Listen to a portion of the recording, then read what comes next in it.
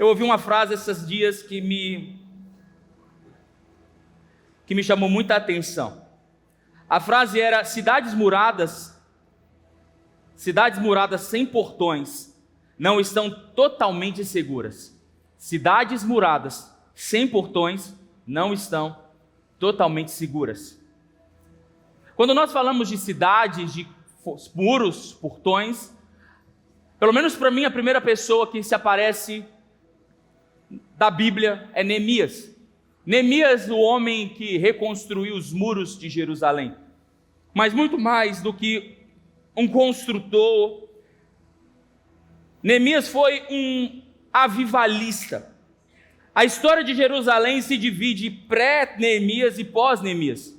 E ele não foi só um avivalista no sentido espiritual da coisa, até que foi, porque através dele também e através de Esdras houve uma reforma espiritual e litúrgica em Jerusalém.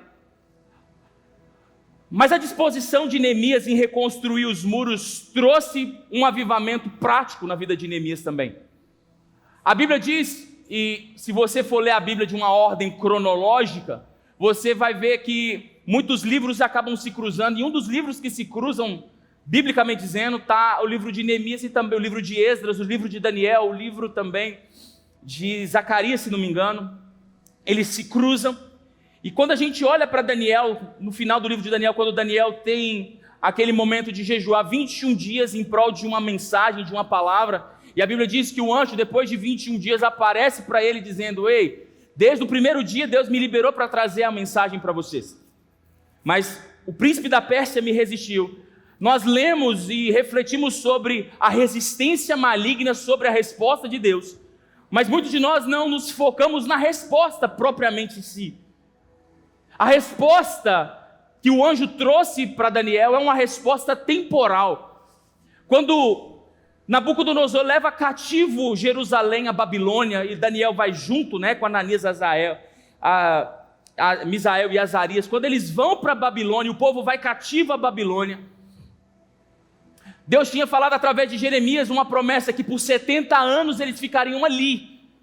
Daniel, na sua sabedoria, já no fim de vida, ele já consciente de tudo que Deus estava fazendo, ele começa a perguntar e questionar para Deus: Deus, será que já não chegou o tempo? Será que já não chegou o tempo de voltar? Será que já não chegou o tempo do Senhor cumprir a sua promessa? Então, Daniel começa a se colocar como um intercessor sobre o próprio povo, mesmo estando na Babilônia. Então o anjo é liberado no primeiro dia, mas resistido pelo príncipe da Pérsia, porque Satanás queria que o povo ficasse cativo. Mas no 21º dia de jejum e oração, então quem jejuou aqui, eu quero profetizar que você ainda vai ter resposta ainda hoje, em nome de Jesus. E você que vai jejuar 40, Deus vai dar respostas dobradas para você em nome de Jesus. Amém? Só para não perder a chance. No 21º dia, o anjo chega com uma resposta dizendo para ele: olha, Daniel, chegou o tempo. Chegou o tempo. Chegou o tempo de vocês voltarem e reconstruírem. Quando Jeremias profetiza ao povo que ficou em Jerusalém, ele diz: olha, por 70 anos, vocês tentaram reedificar os muros. Então, quando eu falo de Neemias como um avivalista, a gente olha para a história de um homem que viveu em 52 dias aquilo que um povo não conseguiu construir em 70 anos. Deus usou Neemias para acelerar Jerusalém e a reconstrução dos muros em 52 dias, aquilo que eles não conseguiram fazer em 70 anos. Então Neemias sim foi um avivalista. Ele não trouxe só uma reforma de infraestrutura, mas uma reforma também do espírito sobre a vida daquele povo. Ele não só reformou os portões e os muros de Jerusalém, mas reformou também o caráter litúrgico, o caráter moral. Neemias, ele restaurou a dignidade do povo, a confiança do povo em Deus. Ele transformou a geração dele através da disposição que ele teve em abrir mão da sua posição diante do rei como copeiro do rei e fazer algo que o Senhor tinha plantado no coração dele. Avivamento começa quando nós estamos dispostos a abrir mão da nossa posição para fazer algo que Deus espera que façamos, independente das nossas posições. Eu quero falar sobre isso, porque é algo que tem falado muito no meu espírito, e eu quero trazer aqui hoje, eu quero, em nome de Jesus, soprar brasas no seu coração, para que o fogo de Deus possa se acender mais uma vez sobre a sua vida, em nome de Jesus. Você que está aqui, que falou, que levantou a mão falando que ia jejuar 40 dias, mas lá dentro você sabe que você não vai conseguir, eu quero te dizer que você vai sair daqui convicto. Você vai conseguir jejuar 40 dias em nome de Jesus. E eu quero declarar que você vai jejuar e coisas sobrenaturais vão acontecer na sua vida em nome de Jesus.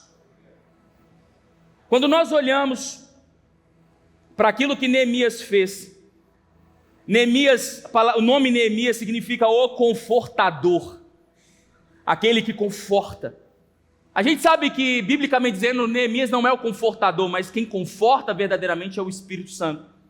Hebreus capítulo 10 diz que a lei era a sombra de bens vindouros, ou seja, tudo que está no Velho Testamento aponta para a pessoa de Jesus. Tudo o que aconteceu, todas as histórias, todos os personagens, todos os homens e mulheres apontam, e na sua faceta de sucesso e também de fracasso, apontam para a personalidade, para o caráter de Cristo. Neemias é também uma tipificação do Espírito Santo, aquele que foi enviado para reconstruir coisas quebradas no meu coração e no seu coração. Aquele que foi suscitado por Deus para trazer avivamento moral, espiritual, emocional sobre as nossas vidas. E eu quero dizer para você essa noite que Deus vai derramar avivamento sobre a sua vida em nome de Jesus. Amém? Fecha seus olhos, eu quero orar por você. Pai, em nome de Jesus, eu oro aqui essa noite pela vida do meu irmão. Que na autoridade do nome de Jesus, o Senhor possa cobrir a mente e o coração dele aqui nesse momento. Guarda, Senhor, o coração dele. Libera palavras sobrenaturais sobre o coração dele aqui agora. Aquilo que nós não podemos fazer, mas nós cremos que o Senhor pode. Fala ao nosso espírito e direciona a tua casa essa noite, o teu povo, em nome de Jesus. Amém e amém. Quando nós olhamos para a obra de Neemias e vemos a reforma de portões e de muros, nós voltamos para a palavra profética de Isaías capítulo 60, e esse eu queria que você lesse comigo. Isaías 60, capítulo 60, verso 18, eu queria que você lesse comigo.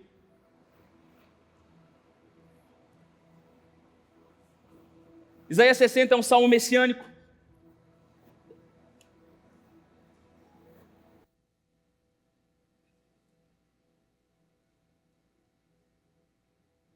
Não se ouvirá mais falar de violência em sua terra, nem de ruína e destruição dentro das suas fronteiras. Os seus muros chamarás salvação, e as suas portas louvor. Seus muros chamarão salvação, e suas portas chamarão louvor. Ok? Apocalipse 21, eu queria que você abrisse comigo também, por favor. São esses dois textos, e aí a gente entra para ministrar. Apocalipse 21. As 12 portas eram 12 pérolas. Portas eram pérolas. Cada porta feita de uma única pérola. A principal da cidade era de ouro puro, como um vidro transparente. Então, aqui João está descrevendo a Nova Jerusalém. Ele diz que as portas da cidade, as 12 portas da cidade, cada porta feita com uma pérola. Amém? Até aí. Então agora a gente entra nessa mensagem sobre muros e portões. Neemias volta para reconstruir os muros e os portões de Jerusalém. Faz isso em 52 dias. E agora Isaías diz que Deus declarando sobre o povo: os muros são salvação, mas os portões são louvor. Quando nós olhamos para essas duas palavras, a gente entende a grandeza da revelação de Deus. A gente entende o intercâmbio, a gente entende a simbiose entre o homem e Deus. Salvação é aquilo que só Deus pode fazer. Então os muros fala sobre a proteção de Deus. Deus está dizendo, os seus muros de salvação eu garanto. Mas as portas são louvor. E louvor não é algo que Deus faz, é algo que nós fazemos a Deus. A Bíblia diz no livro de Salmos que o Senhor é entronizado no meio dos louvores do seu povo. Então ele está dizendo, os muros é a minha parte, mas os portões, sua parte. Eu garanto salvação, mas vocês garantirão louvor. A Bíblia diz que Deus habita no meio Dos louvores. Então, quando celebramos a Deus, quando cantamos, quando adoramos a Deus, nós estamos levantando um trono para que Deus se assente.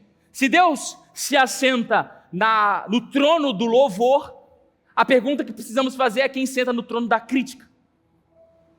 Quando adoramos a Deus e celebramos a presença de Deus, Deus vem.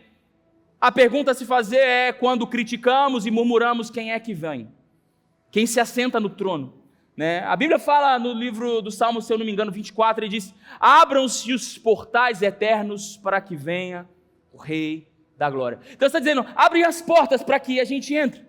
Abre os portões eternos para que venha o Rei da Glória. Quem é o Rei da Glória? O Senhor poderoso em batalha. Então ele está dizendo, abram as portas, porque as portas diz respeito àquilo que nós podemos fazer. Então vem João agora e diz, olha, quando eu vi a cidade, eu vi que os muros eram de pedras preciosas, mas os portões eram de pérolas. E talvez você não saiba, mas talvez você saiba, que a construção natural de uma pérola, ela é uma construção muito sofrida, porque precisa que um grão de areia entre dentro de como é que é o nome daquilo? Uma ostra, obrigado.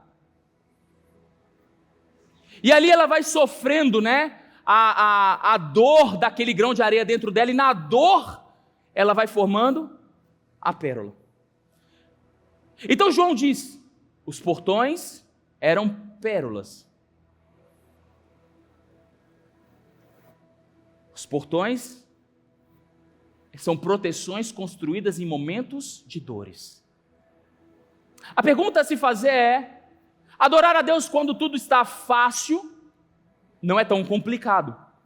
Mas a verdadeira adoração que nos protege, a verdadeira adoração que chama a atenção de Deus, a verdadeira adoração que traz o trono de Deus para nosso ambiente, para nossa dimensão, não é uma adoração que cantamos quando estamos coletivamente juntos apenas. Mas o que João está dizendo é que a Nova Jerusalém e o que traz proteção para a cidade é uma adoração que é formada em nós em momentos que não são momentos fáceis. É quando tudo não está muito bem. É quando a nossa agenda está entupida e a gente está cansado. A adoração, a verdadeira, que traz proteção para as nossas vidas, é quando tudo está indo muito mal, mas mesmo assim eu permaneço. Quando as coisas não estão fluindo da maneira que eu gostaria, quando as coisas não estão congruentes com os meus planos, quando eu perdi o controle, então aí a verdadeira adoração é que ela começa a me proteger. Por quê? Porque eu sou alvejado por insinuações ou por vozes, muitas vezes do diabo, para dizer para você, amaldiçoa esse Deus, e morre. Mulher de Jó, no meio da dor ela diz, pelo amor de Deus meu filho, quem é esse Deus, amaldiçoa esse trem e morre. Mas a verdadeira adoração, ela acontece nos momentos de dor. É quando as coisas não estão 100%, que nós levantamos a nossa voz para celebrar não aquilo que vivemos, não aquilo que estamos vivendo agora, mas celebramos aquele que é poderoso para nos resgatar do momento presente que estamos vivendo. A verdadeira adoração não é canções a serem cantadas apenas. A verdadeira adoração é um posicionamento para dizer, Deus, independente do que aconteça comigo, eu vou te adorar. É claro que quando olhamos para a história da igreja, a gente vai ver um monte de homem que morreu por essa mensagem. Eu já disse aqui que a história conta que homens eram martirizados nas ruas de Roma, e eles, enquanto estavam sendo martirizados, queimando vivo, eles cantavam ao Senhor. E quando eles já não podiam mais cantar pela dor do fogo, outros que estavam perto dele continuavam a canção de onde eles pararam, e eles entoavam a verdadeira adoração. A Bíblia diz que esses homens, a terra não era digna deles pisarem nela. Mas quando nós olhamos para a nossa geração, nós encontramos pessoas que esperam que Deus faça imediatamente aquilo que pedimos, ou como se Deus tivesse o compromisso de fazer aquilo que esperamos que Ele faça na hora que esperamos. E nos esquecemos que muitas vezes o próprio Deus provê para nós os desafios e os desertos da vida para provar o nosso próprio coração. Não que Deus não conheça o seu coração, mas muitas vezes você mesmo não conhece o seu coração. Talvez você diz para você mesmo, não, mas eu sou compassivo, eu sou misericordioso. E quando foi que você foi testado? Você não pode ser aprovado por aquilo que você não foi testado. Todos nós passaremos pelos testes da vida, não para que Deus conheça o nosso coração, mas para que a gente mesmo conheça. Para que a gente saiba o quanto nós precisamos melhorar como cristãos, para que a nossa adoração, para que a nossa voz tenha vida em Deus. Muitos de nós queremos viver uma adoração coletiva quando não existe uma adoração pessoal e individual, secreta, íntima. Nós queremos que as portas do céu se abram, mas não estamos dispostos a sofrer o desgaste. Não estamos dispostos a sofrer as dores. Não estamos dispostos a dar o braço a torcer para que as coisas levem o tempo necessário em Deus para acontecer.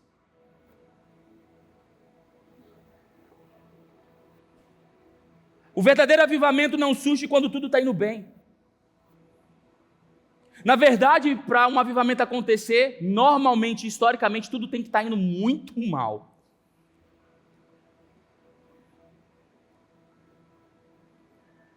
E talvez a gente espere que um avivamento aconteça no Brasil e ele vai acontecer em nome de Jesus. Então a gente senta e espera, não, esse avivamento já é prometido. Eu me lembro de adolescentes, anos 2000, as pessoas já profetizavam esse avivamento sobre o Brasil. Nós estávamos num avivamento, não sabíamos que estávamos num avivamento, e já profetizávamos os próximos. Mas eu aprendi algo, que o avivamento coletivo não invalida o meu avivamento pessoal. O que não aconteceu coletivamente não neutraliza aquilo que pode acontecer individualmente no meu quarto, no meu relacionamento com Deus, na minha intimidade com Deus. Eu posso estar avivado dentro de mim, no meu secreto, no meu tempo sozinho com Deus. E Deus pode falar comigo, ainda que não fale com todos. A igreja pode ser uma geladeira, mas eu estou queimando por dentro.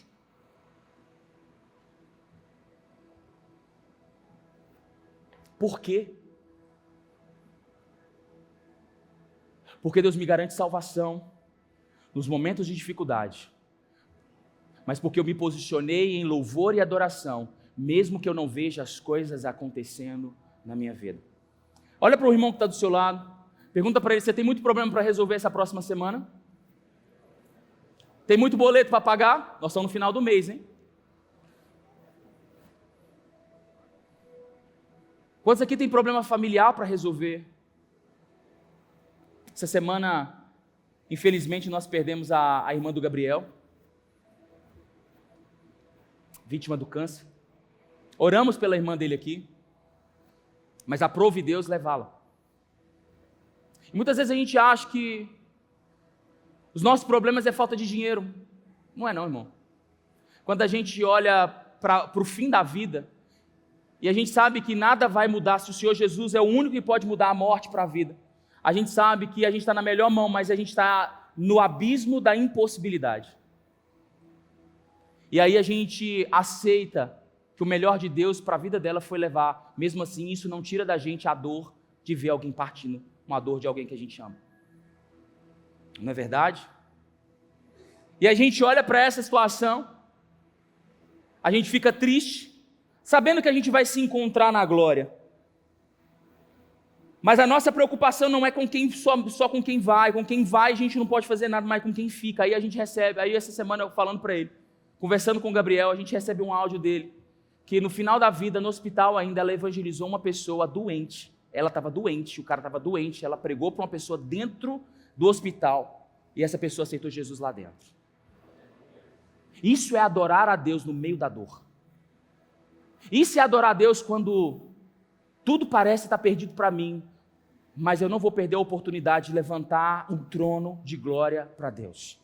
Mesmo que Ele não faça nada em mim, mesmo que Ele não faça aquilo que eu espero que Ele faça em mim, mas eu não vou deixar de adorar aquele que me deu a vida e a vida em abundância. Eu quero te dizer uma coisa, talvez você está aqui cheio de problema, cheio de coisa para resolver, cheio de agendas tenebrosas, assustado, oprimido ou cansado, e eu quero te dizer, você não tem problema. Use dos seus problemas para levantar um altar de adoração e dizer: Deus, eu quero te entregar tudo isso. Eu quero declarar que a minha vida é sua. Eu quero declarar que os meus problemas são teus. que a minha vida é sua? Porque os meus problemas são teus, Senhor? Porque o Senhor vai me ensinar a ser melhor com os problemas que eu estou vivendo agora. Eu quero declarar, Senhor, que ainda que o vale da sombra da morte, mesmo que eu passe pelo vale da sombra da morte, eu não vou temer mal algum, porque Tu estás comigo, a Tua vara e o Teu... Se eu quebrar, cara, a Tua vara e o Teu cajado me consolam. O Senhor vai preparar uma mesa na presença dos meus inimigos, vai ungir minha cabeça, o meu cálice vai transbordar, eu vou levantar a adoração no meio do meu caos. Avivamento não começa com os meninos dançando e correndo aqui, isso aqui a gente se alegra. Avivamento começa quando tudo está dando errado. E mesmo assim, existe um trono no meu coração para que Deus possa se assentar.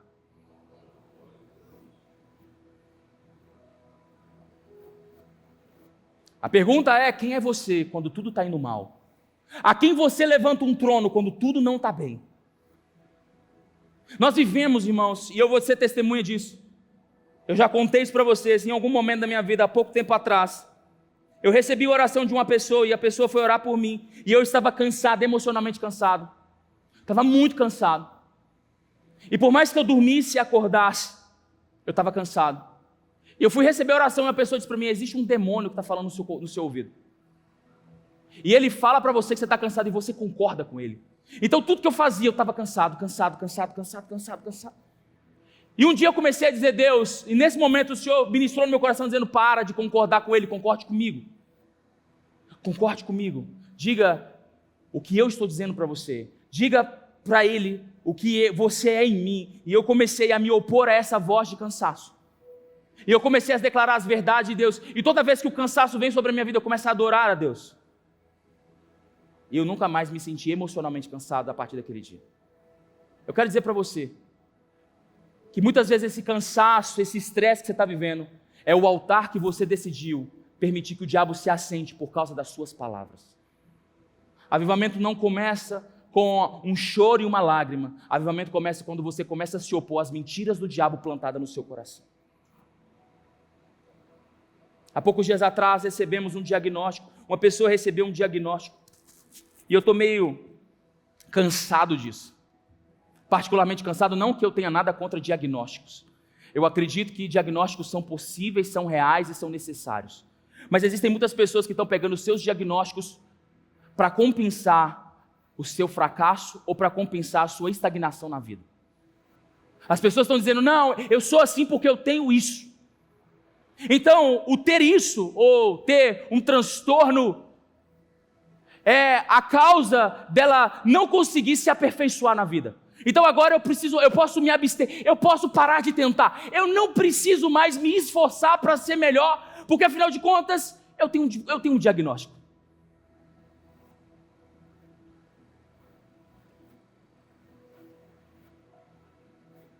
O diagnóstico do médico diz para você que você não precisa mais buscar ser esmerilhado por Deus. Não precisa mais se esforçar para ser um melhor profissional. Não precisa mais se esforçar para ser um melhor homem, uma melhor mulher. Porque você tem algo, então você ser colocado numa posição passiva. Mas a pergunta que eu quero te fazer, se o médico te disse isso, e o que o médico dos médicos diz ao seu respeito? Você pode ser melhor. Pode perguntar para o seu irmão, o que o médico dos médicos diz ao seu respeito?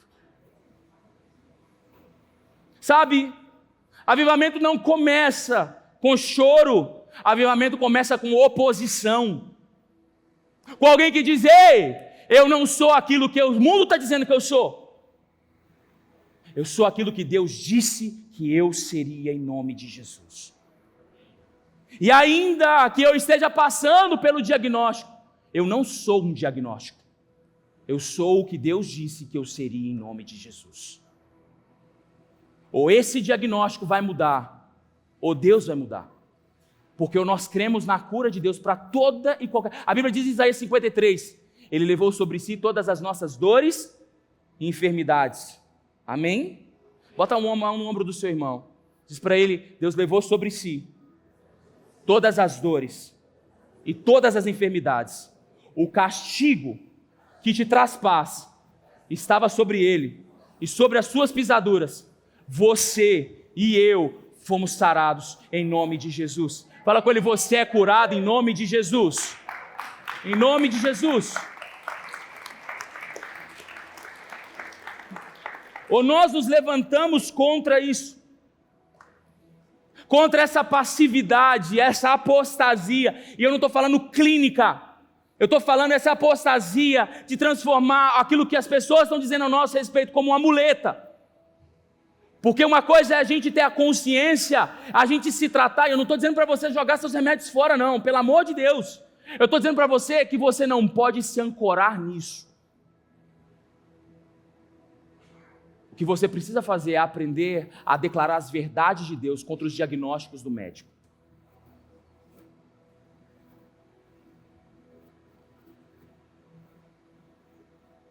Deus, o médico disse isso, mas eu quero ir à tua cruz e declarar aquilo que o Senhor está dizendo para mim. Eu passei por isso, irmãos. Eu tive câncer. Eu disse para Deus, Deus, eu acredito que eu posso chegar lá no último exame de imagem e chegar lá e não ter mais nada, mas eu posso acreditar que no meio do processo o Senhor vai me curar. Eu fui fazer a última ressonância agora, semana passada, estou curado em nome de Jesus. Estou curado.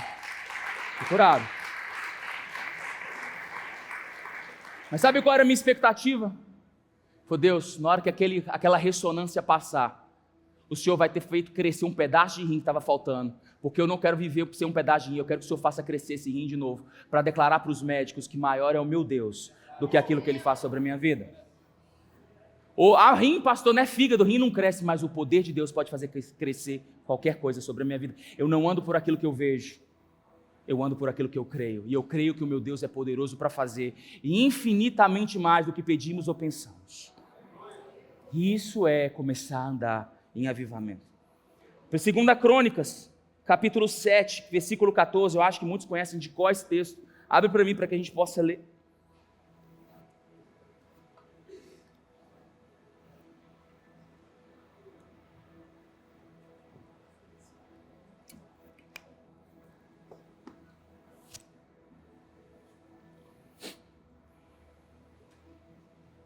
Usamos esse texto para falar de avivamento. E se o meu povo, que se chama pelo meu nome, se humilhar e orar, e buscar minha face, e se afastar dos maus caminhos, então eu ouvirei dos céus, perdoarei os seus pecados, e sararei a sua terra. Se o meu povo, que se chama pelo meu nome,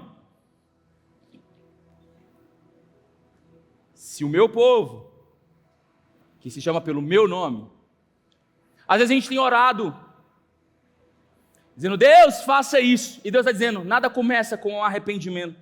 A gente começa entendendo quem somos. Se o meu povo, você é povo de Deus? Se o meu povo. Ele está dizendo, a responsabilidade de trazer avivamento não está sobre o mundo.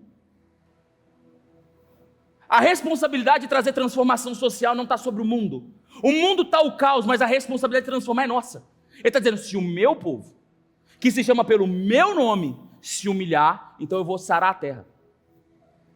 Olha que loucura. Ele está dizendo, se todo mundo da terra, se todo mundo do Brasil se arrepender, eu vou sarar a terra. Ele está dizendo, se o meu povo, que se chama pelo meu nome, se humilhar, eu vou perdoar os pecados e vou sarar a terra. Ele não está falando que Deus ele não vai usar, vai esperar a sua família inteira converter para mudar a realidade dela. Não, está dizendo, se o meu povo, que se chama pelo meu nome, se humilhar, então eu vou restaurar a terra. A gente perdeu a consciência do que somos, do que carregamos. Porque está dizendo, o meu povo que chama pelo meu nome. Sabe qual é o maior testemunho que Jesus nos entregou? Ele disse, qualquer coisa que pedis, diz em meu nome ao meu Pai, Ele vos dará. Qualquer coisa, fala para o seu irmão, qualquer coisa que pedirdes em meu nome para o meu Pai, Ele vos dará. O maior poder, quando o diabo, você já expulsou demônio? Pergunta se você já expulsou demônio. Você pode ler a Bíblia, você pode fazer um monte de coisa, mas se você falar em nome de Jesus, ele vai embora.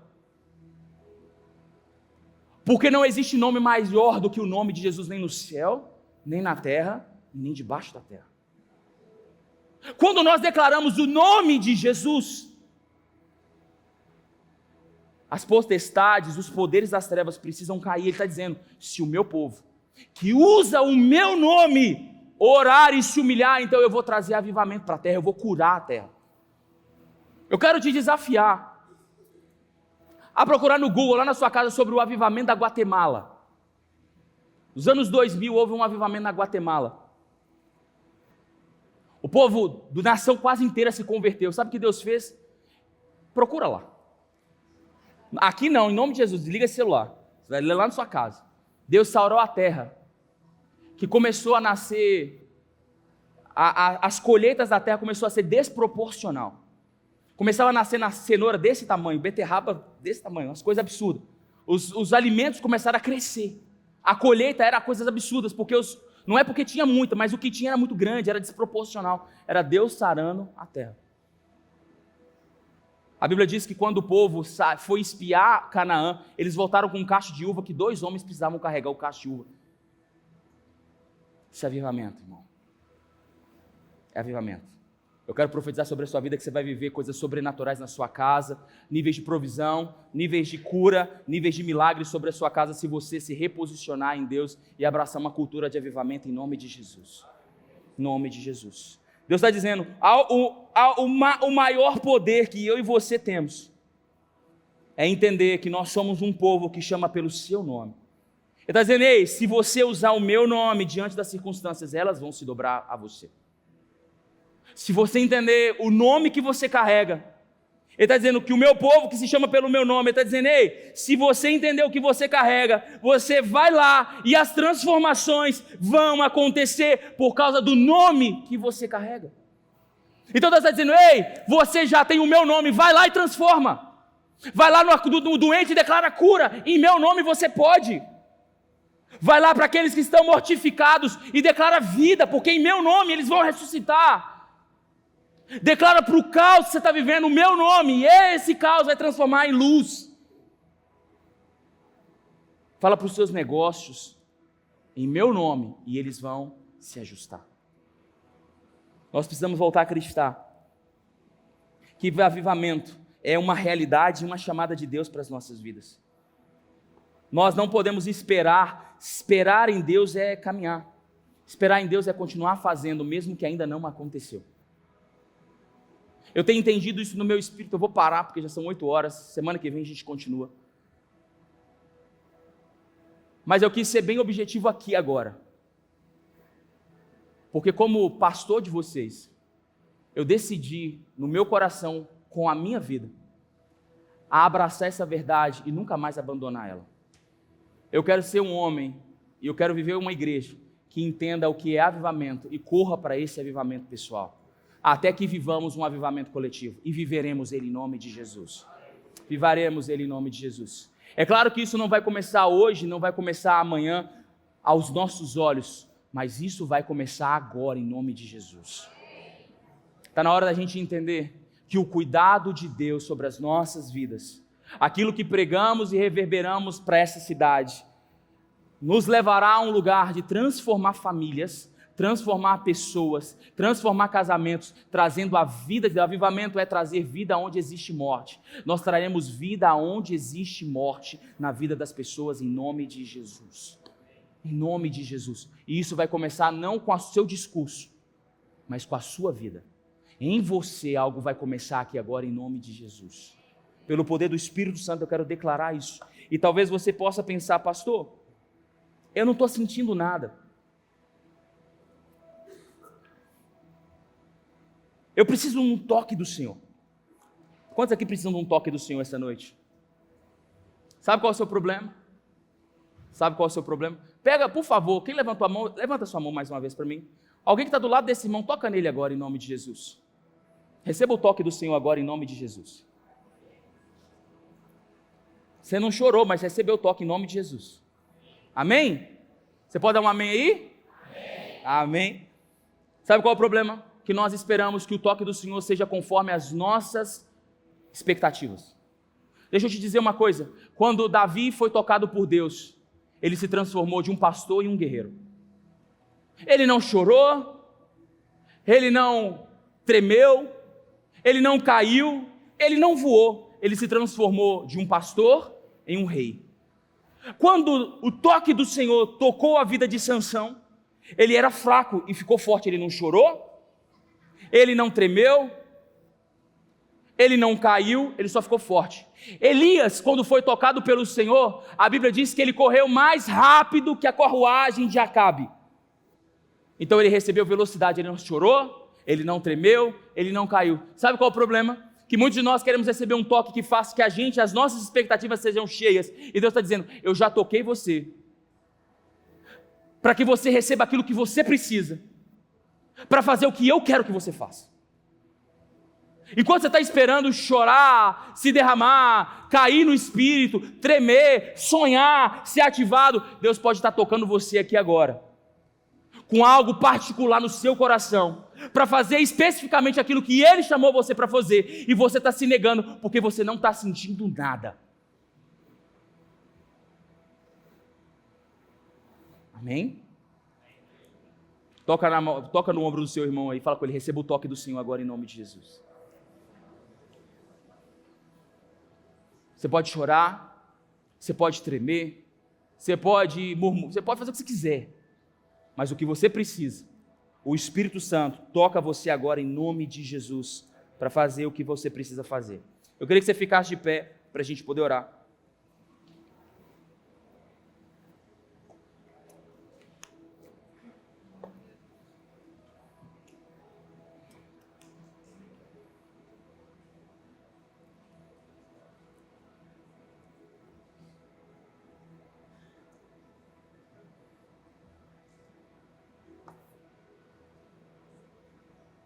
Quantos aqui querem viver um avivamento pessoal? Quantos aqui querem viver um avivamento pessoal?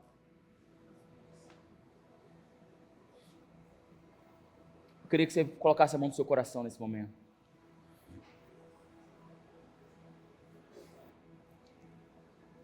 Se o meu povo que se chama pelo meu nome, se humilhar e orar, e buscar minha face e se afastar dos maus caminhos, dos céus eu os ouvirei. Perdoarei os seus pecados e sararei a sua terra. Se o meu povo que se chama pelo meu nome. Senhor Jesus, nós somos o teu povo que se chama pelo teu nome, Jesus. Nós somos o teu povo que se chama pelo teu nome. Nós somos o teu povo que se chama pelo teu nome, Jesus.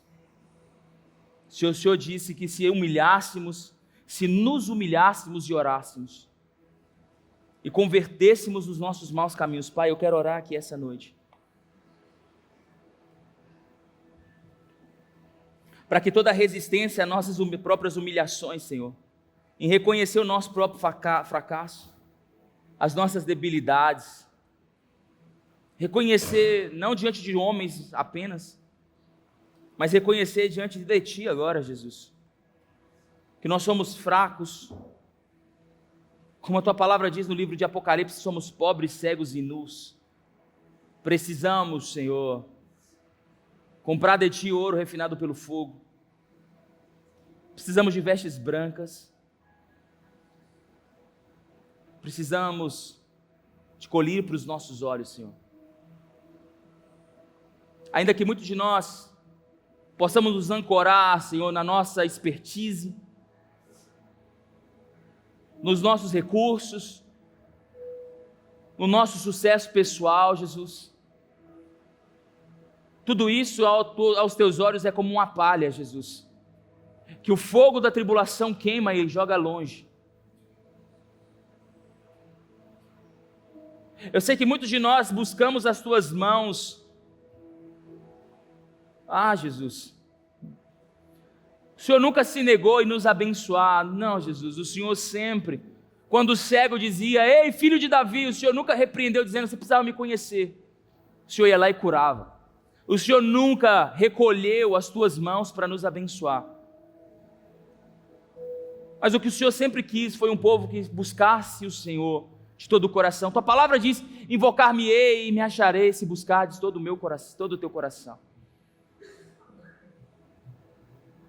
Eu quero orar aqui essa noite, Jesus,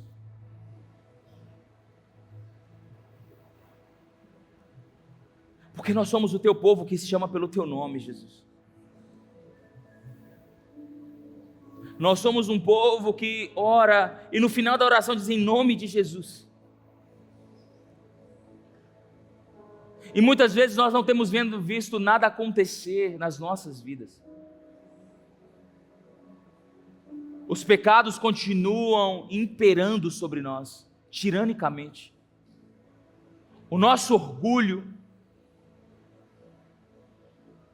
a nossa agenda, o nosso ponto de vista continua dominando a nossa alma, Jesus. E ainda que oremos em nome de Jesus, é apenas um ato religioso para dizer que verifique a minha própria vontade, que o Senhor faça a minha vontade. E sabe, Senhor, muitos de nós temos nos frustrado em oração, muitos de nós deixamos de orar, porque não vemos respostas de oração, porque não oramos em Teu nome. No nosso coração nós oramos em nosso nome, porque nós queremos que o Senhor faça a nossa vontade. Mas hoje, nós somos o Teu povo que se chama pelo Teu nome, e oramos: Pai nosso que estás no céu, santificado seja o Teu nome, Jesus. Venha a nós o Teu reino e seja feita a Tua vontade. Senhor, que seja feita a Tua vontade. Que seja feita a Tua vontade na minha vida, na vida do meu irmão. Que seja feita a Tua vontade nos meus sonhos, nos meus planos, nos meus negócios, no meu trabalho, na minha empresa. Que seja feito os Teus planos na igreja, nos GCs, na família, no casamento, assim na terra, como a Tua vontade impera nos céus. Senhor, nos ensina a ouvir o Teu coração, a ouvir o que o céu está dizendo. Nos ensina a nos humilharmos e orarmos, não para recebermos bênçãos, mas para ouvir o que o céu está dizendo, Jesus. Para ouvir o que o céu está dizendo sobre toda e qualquer situação. Pai, nós somos o Teu povo que se chama pelo Teu nome, então nós queremos orar o que o Senhor está dizendo, queremos concordar com aquilo que o Senhor está dizendo sobre nós.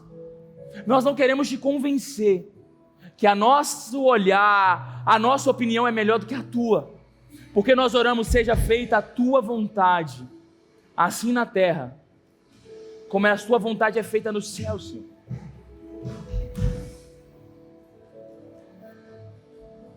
Que a Tua vontade seja feita nas nossas vidas, e que possamos usufruir, sermos revigorados e fortalecidos, por ver que não as nossas orações estão sendo respondidas, mas porque quando concordamos com os céus, as coisas fluem através de nós, Jesus.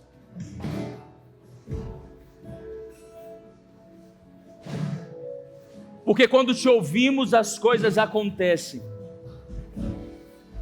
Ensina a Tua igreja a ser uma igreja que concorda com o Senhor. Pai, nós oramos aqui porque nós queremos concordar com o Senhor sobre os Teus planos sobre a nossa vida. Se você puder, pega na mão do seu irmão agora, em nome de Jesus. Feche os corredores. Vamos juntar como igreja agora.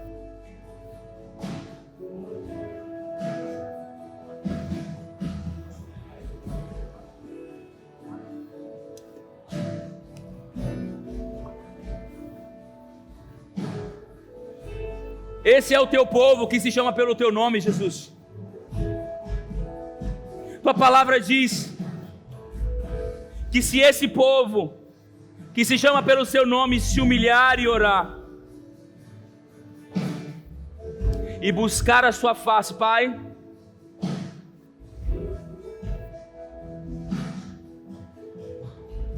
nós buscamos a Tua face agora. Nós nos humilhamos e oramos, e buscamos a tua face agora, Jesus. Como igreja, nós nos arrependemos dos nossos pecados agora em nome de Jesus. Como igreja, nós nos arrependemos dos nossos pecados agora em nome de Jesus. Em nome de Jesus. Senhor, nós somos o teu povo que se chama pelo teu nome. Nós nos humilhamos e oramos, buscamos a tua face e nos arrependemos dos nossos pecados agora em nome de Jesus. Ouve dos céus as nossas orações, Jesus. Ouve dos céus o nosso clamor, Jesus. Ouve dos céus agora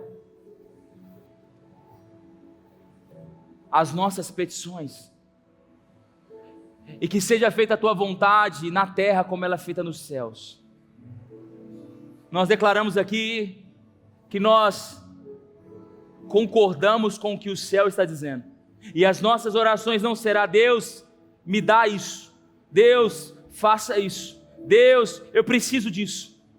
Mas como igreja nós queremos orar: Deus, nós concordamos quando o Senhor faz isso. Nós pedimos ao Senhor que nos fale aquilo que o Senhor está fazendo, para que nós possamos colaborar com o que o Senhor está fazendo, Jesus. Para que a gente execute a tua vontade na terra, ouvindo o que os céus estão dizendo, mesmo que a nossa vida, mesmo que as coisas não estejam como esperamos que esteja, mas o Senhor nos trouxe salvação, e da nossa boca sairá louvor que protegerá as nossas vidas. Mesmo que nada esteja bem, nós te adoraremos. Mesmo que a tua decisão seja uma decisão que confronte a nossa vida, que confronte a nossa realidade, que confronte os nossos planos, mesmo que a tua decisão nos prejudique,